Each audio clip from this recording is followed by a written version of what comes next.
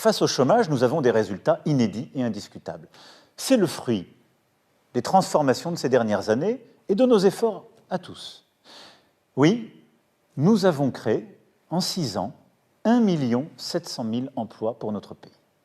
Plus largement, c'est par la réindustrialisation que nous retrouverons notre force et que nous créerons des emplois mieux payés.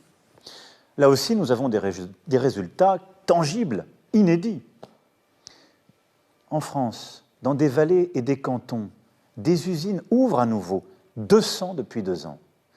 Là où notre pays s'était habitué à la désindustrialisation, nous recréons de l'emploi industriel et nous sommes devenus le pays le plus attractif en Europe pour les investissements.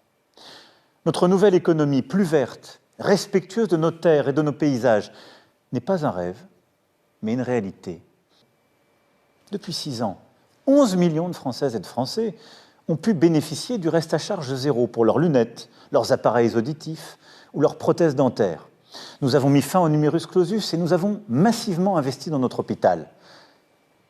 Et pour les quelques 10 millions d'entre vous qui vivez dans les quartiers les plus défavorisés, dans les zones rurales les plus en difficulté, dans nos territoires d'outre-mer, nous trouverons là encore des solutions concrètes pour améliorer la vie quotidienne.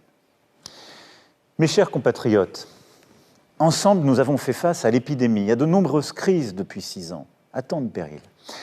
À chaque fois, j'ai cherché à libérer les énergies, à protéger les plus faibles, à tenir l'unité du pays, avec le seul intérêt de la nation comme guide.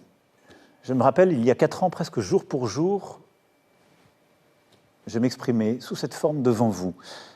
Notre-Dame de Paris venait de brûler, et je vous disais, dès le lendemain, que nous rebâtirions en 5 ans. Que n'avais-je alors entendu ? Et tous les commentateurs nous ont dit « impossible ». Pourquoi ce cap ? Intenable. Eh bien, nous allons le faire. Nous allons le faire parce qu'une décision a été prise, mais surtout parce qu'il y a eu la volonté de chaque jour et la mobilisation de tous. Parce qu'il y a eu des milliers de femmes et d'hommes partout à travers le pays pour œuvrer ensemble et rebâtir.